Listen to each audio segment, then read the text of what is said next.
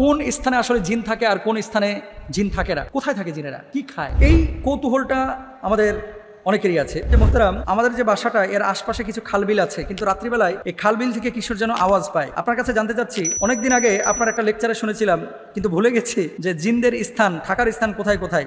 আপনি যদি বিষয়টা বলতেন তাহলে সতর্কতা অবলম্বন করতাম এবং সচেতন হতাম। আশা করি আমার প্রশ্নের জবাব দিবেন। এই প্রশ্নটির জবাব আমি দিব যে বাড়ির আশপাশে অথবা উপত্যকায় বা কোন স্থানে আসলে জিন থাকে আর কোন স্থানে জিন থাকে না, এই বিষয়টা নিয়ে মূলত আপনি হাইলাইট করতে চেয়েছেন। আসলে এই বিষয়টা নিয়ে প্রায় 7-8 বছর আগে আমি আলোচনা করেছিলাম, এরপরে মনে হয় 2-1 বার আলোচনা করেছি। তো উনি তো নিজেও বলছে, আগে শুনেছিলেন। প্রথমত হচ্ছে, জিন জাতিকে অস্বীকারের কোনো সুযোগ না, আমি আগেও বলেছি, এখন আবার বলতেছি। তবে হ্যাঁ, পরিভূত বলতে আসলে কিছু নাই, জিন আছে। জিনের ব্যাপারে 1-2টা আয়াত না, 57টা আয়াতে আল্লাহ সুবহানাহু ওয়া তাআলা পবিত্র কোরআনুল কারীমে কথা বলেছেন।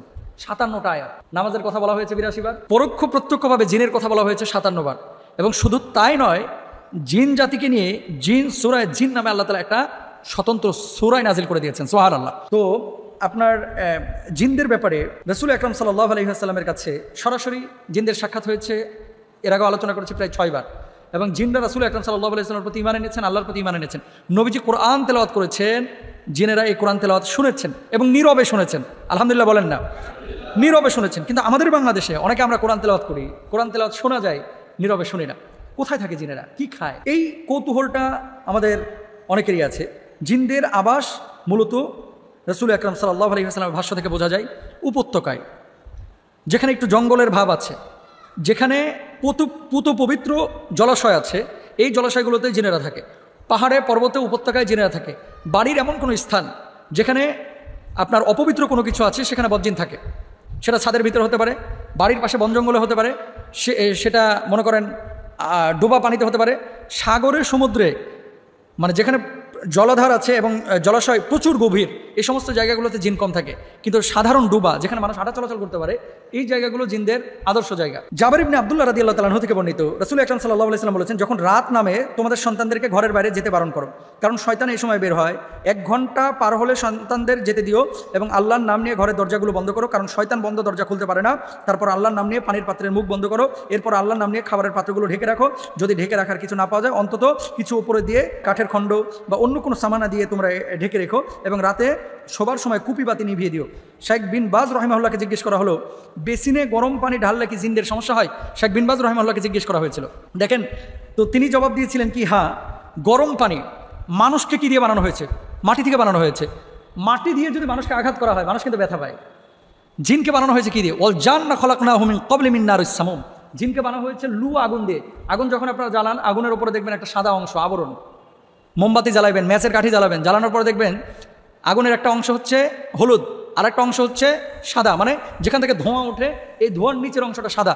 এইরকম একটা অংশ থেকে আল্লাহ সুবহানাহু ওয়া তাআলা জিনকে বানিয়েছেন। জিন জাতি কিন্তু আগুনকে ভয় পায় এবং তারা আঘাত পায়। মানুষ যেমন আগুনে আঘাত পায়, জিনেরাও কিন্তু আগুনে আঘাত পায়। বিন বাজ রহিমাহুল্লাহ তিনি বলেছিলেন যে গরম পানিতে এদের কষ্ট হয় এবং এই গরম পানির কারণে তারা ক্ষতির সম্মুখীন হয়। রাসূল আকরাম সাল্লাল্লাহু আলাইহি ওয়াসাল্লাম আরেকটি হাদিস আবু হুরায়রা রাদিয়াল্লাহু তাআলা আনহু থেকে বর্ণিত, প্রতি রাতে খেজুর চুরির যে ঘটনাটি অনেকদিন আগে আমি আলোচনা করেছিলাম, এবং সেখানে তাকে পাকড়াও করা হয়েছিল, সাহাবী ধরেছিলেন। পরবর্তীতে বলেছিল যে আমি আর আসবো না, আমাকে তুমি যদি আয়াতুল কুরসি পড়ো তাহলে আমি আর এখানে ঢুকতে পারবো না। নবীজি বলেছিলেন যে সে সত্য বলেছে, সেও তো মূলত ছিল জিন শয়তান।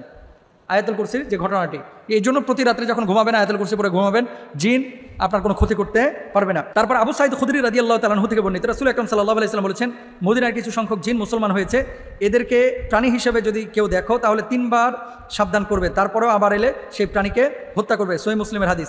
জিনের খাবার সম্পর্কে বলা হয়েছে, তারা মানুষের ফেলে দেওয়া খাবার খায়, এছাড়া হাড়, গোবর ইত্যাদি খায়। হাদিসে বলা হয়েছে, আবু হুরায়রা রাদিয়াল্লাহু তাআলা আনহু থেকে বর্ণিত, রাসূল আকরাম সাল্লাল্লাহু আলাইহি ওয়াসাল্লাম বলেছেন, হাড় এবং গোবর জিনদের খাবার। তারপরে নসিবাইন শহরের জিনদের একদল আমার সাথে দেখা করতে আসে, কত বিনয়ী ছিল তারা।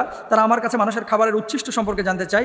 আমি আল্লাহর কাছে প্রার্থনা করি যে তারা এমন কোনো হাড় কিংবা গোবর অতিক্রম করবে না যা তাদের জন্য খাবার না হয়ে যাবে। আব্দুল্লাহ ইবনে মাসউদ রাদিয়াল্লাহু তাআলা আনহু থেকেও বর্ণিত আছে, রাসূল আকরাম সাল্লাল্লাহু আলাইহি ওয়াসাল্লাম বলেছেন, জিনদের একজন আমাকে একদিন ডাকলে আমি তার সাথে যাই, সেখানে আরও জিন ছিল এবং আমি তাদের জন্য পবিত্র কুরআন পাঠ করি। রাসূল আকরাম সাল্লাল্লাহু আলাইহি ওয়াসাল্লাম বলেছেন। তার মানে কি, জিনদের খাবার হাড্ডি, এই হাড্ডিগুলো একটা নির্দিষ্ট স্থানে আপনারা যদি ফেলে দেন, এই হাড্ডিগুলো থেকে তারা কিন্তু খাবার গ্রহণ করে, উচ্ছিষ্ট থেকে তারা কিন্তু খাবার গ্রহণ করে। আর ঘরের মধ্যে কোনো নাপাকি স্থান রাখবেন না, চর্বি টর্বি এগুলো দিয়ে হাত টাত মুছে আপনারা ফেলে রাখবেন না। বজ্রের আসর থেকে বাঁচার জন্য 1 নম্বর শর্ত হচ্ছে অজু অবস্থায় থাকবেন, চারকুল পরে আয়াতুল কুরসি পরে অলওয়েজ শরীরের উপরে ফুৎকার দিয়ে রাখবেন, পারলে সূরা বাকারাটা বাড়ির মধ্যে ছেড়ে রাখবেন, এবং যখন ঘুমাবেন পুতু পবিত্র বিছানায় ঘুমাবেন। অনেক সময় বিছানার উপরে মেলামেশা করেছে, নাপাকি লেগে আছে, এই বিছানার উপরে ঘুমায়, এদেরকে বোবাজিন বেশি ধরে এবং বজ্জিন এদের উপরে বেশি আসর করে। আল্লাহ তাআলা আমাদের সবাইকে বোঝার তৌফিক দান করুন।